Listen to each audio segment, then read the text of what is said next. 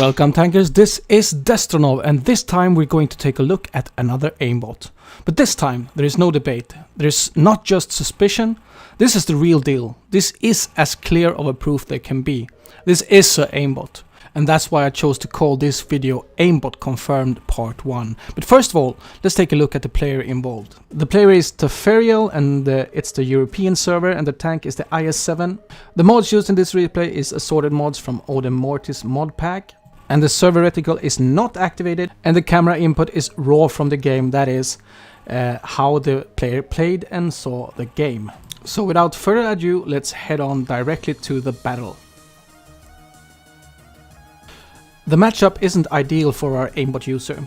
He is platooning with some friends, and the XVM gives him only 40% chance of winning.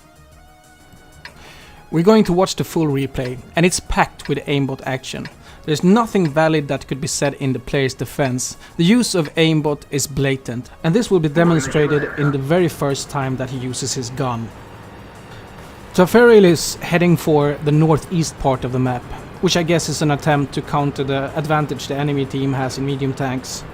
Now the IS-7 is a versatile heavy tank with great speed and of course very potent armor, so this tank definitely gives some room for creative map deployment, especially when the teams are a bit unbalanced, as seen here, with more heavy tanks on one side and mediums on the other. Now how do we detect the aimbot? Well, there are quite a few different versions of aimbots. Some are based on the auto-aim system, and you will hear the crew acknowledge the target as if just the normal auto-aim were used. But you will of course see that instead of aiming at the dead center of the tank, it will glue to weak spots. Other aimbots, like this one, is activated with a hotkey, and when activated it will calculate optimal shots on the enemy closest to the aim. These aimbots are often the most effective. They will compensate for the enemy's trajectory and speed, and of course armor weak spots. As seen in the replay, there is a light tank spotted behind the ridge in the map center. I want you to take a look at the viewpoint and the aim point and compare the positioning of these with the shots that he makes on the T-54 lightweight. First of all, the aim point just vanished, and the viewpoint is directed on the hill far below the enemy tank. Still the shot hits. When pressing the hotkey for the aimbot, the aim point glues on the screen, and the viewpoint doesn't have to be aimed at the enemy you're shooting at. Now, with the hotkey released, the aim point is back and the gun works normally. And by the way, you will see the aim point vanish on quite a few occasions in this replay. He was ambushed here, but the IS-7's strong armor would stand the heat, and he engaged in a short peekaboo fight with 3 enemy mediums here. In this duel he takes some damage, but dishes out a fair bit more.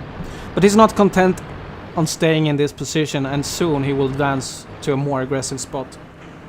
First he bounces a heat shell, and now he's preparing to move forward. Going for broke, trying to pass the hill. Now do take a look at the aim point and how it glues to the right of the tank when taking a shot on the T-54. He proceeds towards the T-54 in ramming speed, and soon you will see a second shot that finds his target without correct aiming input from the player. The third shot that kills off the T-54 is also taken with the help of the aimbot. As clearly seen, the aim point is gone and the viewpoint is way off the target. Still, yet again, the shot connects. Now and then he does take some shots with a regular aim, and this shot could be one of these. We are 3 minutes into the game and he has already made 3,158 in damage, and 2 of these shots has been made with regular aim as I see it, and the rest is all aimbot power. He is advancing towards the Jag Tiger, and this is, as I see it, a shot taken without the aimbot, but he keeps stacking up damage. Textbook lower plate pen there on the enemy TD. He is advancing to flank him, but IS-3 beats him to the kill shot. As he aims for the Leopard 1, we do see the aimbot being used again. Watch the behavior of the viewpoint and the aim point.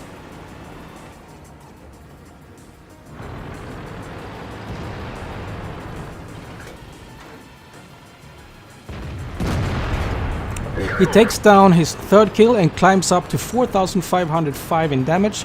Both shots taken on the Leopard 1 was, as clearly seen, taken with the aimbot. The mighty IS-7 gun is yet again reloaded and Tafariel is out for blood. Next shot will be taken at a VK-45B and might look as a normally aimed shot, but comparing the aim at the front of the tank to the projectile that hits the turret, well, it seems fishy indeed. Now, couldn't this just be some defects in the replay? He's just using some strange aim mod and that's why the aim behaves strange and it's not aimbot? No, that's not the case, because first of all, we do see him shoot normally and the aim works just perfectly. And a defect in the replay wouldn't just be seen sometimes at some shots, right? No, there's something different with some of the shots. The aim point disappears and the viewpoint isn't even targeted at the tanks he's hitting. No, there's not just some defects in the replay. This is an aimbot, or at least 80% of the shots we see here is taken with the help of the aimbot. And lastly, the aimbot probably isn't programmed to be compatible with the replay function, and the results can be seen here. Great shots connecting without even being aimed. Now, why isn't this guy banned? Well, there has been players being banned for the use of aimbot. Morgoth is a somewhat well-known player that suffered a 2 weeks ban, I think, on much more dubious reasons than this replay. But Wargaming doesn't really pursue cheaters with any conviction. They won't even compile an official list of banned mods and cheats. Some servers like the North American and the Russian does have some mods listed as cheats, but many clearly overpowered mods that has to be considered cheats isn't even mentioned in these lists. Yet again we see the strange aim being displayed. As it takes the shots on the Conqueror, both the aim point and the viewpoint is far off from the tank that it hits. We'll see this once again. Notice how the aim point is glued to the screen when the aimbot is activated. He's still on 3 kills, but the damage he's been racking up is closing in on 5 figures. Now, some people argue that an aimbot won't help you that much, that you still have to be a great player to play great, and so on. And in some cases that could be true. But the opposite is just as true, as seen in this match. Sure, he could have done this without the aimbot, but would he? I think he definitely got helped on numerous occasions by the aimbot, and I don't think that this player would get anywhere near the result he gets in this game without using the aimbot.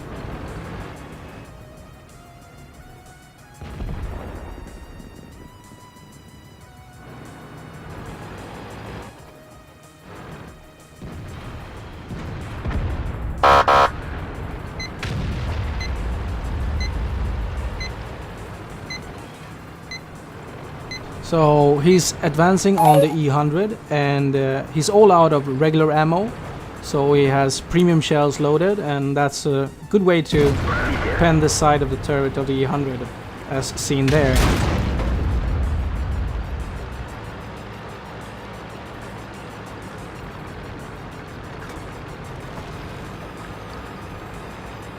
Now he's advancing on the E100 and pretty soon he's going to take a shot at the T-32, and you will once again see the, well, magic use of an aimbot. Oh, did he aim? Don't think so. Who aimed? Who aimed that shot? Once again he has the T-32, and you can see that viewpoint and aim point isn't really in line with the shot, and once again the aimbot finds its target. The E100 gets removed and Tafariel is hunting those 10k in damage.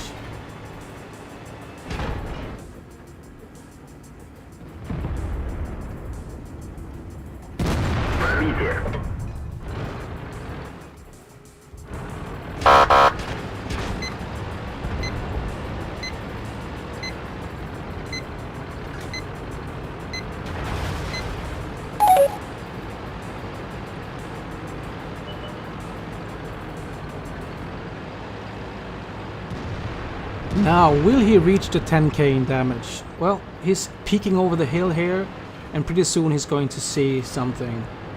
Oh look, there's an E4. Look at how he takes this snapshot. Impressive, huh? Strange that the aim and the viewpoint isn't even directed at the enemy. Once again, you can see he took the shot and it barely missed, but the aim and the viewpoint was way off from the target. But still, he got very close of hitting the VK in the turret.